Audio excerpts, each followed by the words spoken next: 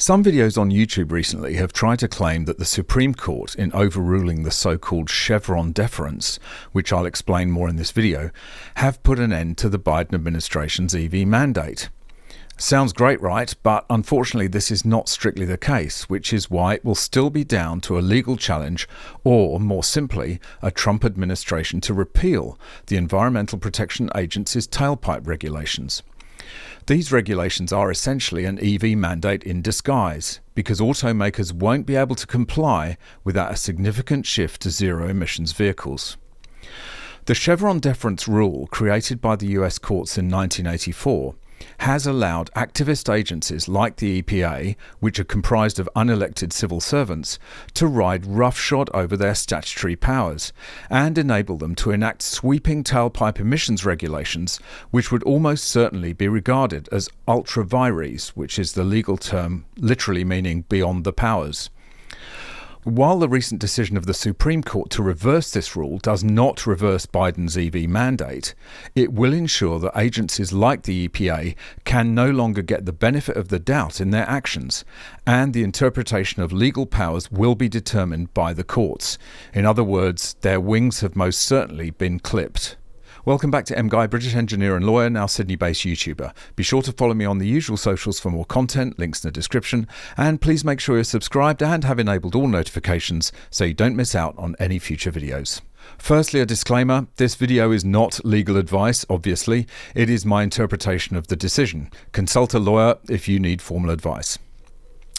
The Chevron Deference originated in a case from 1984 between Chevron and the US National Resources Defense Council, in which the court ruled that deference, meaning strictly polite submission, be given to government agencies where their powers to regulate are ambiguous, so long as those actions were reasonable. In other words, the court will essentially defer to the agency where the law is ambiguous. This has allowed some agencies like the EPA, which sees itself as a heroic environmental crusader rather than a mere agency, to impose far-reaching regulations beyond the powers granted to them by the government. The unelected bureaucrats of the EPA have been pursuing environmental activism for decades, and ironically the original Chevron case concerned the 1977 Clean Air Act and the EPA's interpretation of it, as even back then they were stretching the law until it broke to impose their own version of environmental extremism. The case was a win for the EPA, with the Supreme Court holding that the courts may not substitute its own interpretation of a statutory provision, so long as the agency's interpretation was reasonable. However, on 28 June 2024, handing down judgment in the case of Loper Bright Enterprises and Raimondo, the Supreme Court overruled the Chevron case and abandoned the doctrine of the Chevron Deference, as this article from law firm Denton's explains.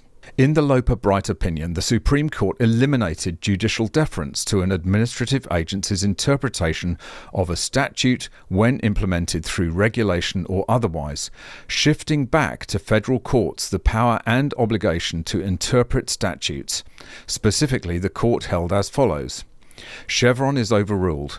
Courts must exercise their independent judgment in deciding whether an agency has acted within its statutory authority, as the Administrative Procedures Act (APA) requires. Careful attention to the judgment of the executive branch may help inform that inquiry. And when a particular statute delegates authority to an agency consistent with constitutional limits, courts must respect the delegation while ensuring that the agency acts within it. But courts need not, and under the APA may not, defer to an agency interpretation of the law simply because a statute is ambiguous.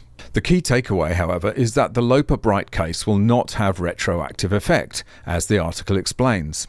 The impact of Loper Bright is prospective, not retroactive.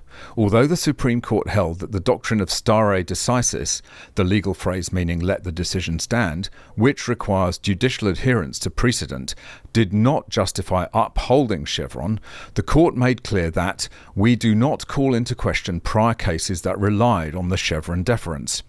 According to the court, under stare decisis, the agency regulation at issue in Chevron itself, as well as the myriad of agency actions and regulations deemed lawful due to Chevron, will remain undisturbed. However, Challenges to past and future agency actions as of yet untested by courts are fair game. What this means is that if an agency regulation has been challenged in court in the past, and many will have been given the Chevron case has been cited in more than 18,000 court decisions and more than 3,000 administrative decisions, and the court has made a determination, that decision will stand, even though the Chevron deference has now been overruled. But regulations that have been made in the past which have not been subject to judicial determination are, as the article says, fair game. The EPA's tailpipe regulations would be open, for example, to challenge in the courts to determine whether those regulations fall within the express powers granted to the EPA. And now there won't be any restrictions on how the court interprets the limits of those laws, even if the EPA acted reasonably. So this Supreme Court decision, while not ending Biden's EV mandate, nor the EPA's tailpipe emissions regulations, will considerably restrict agencies' actions where they go beyond their express statutory powers.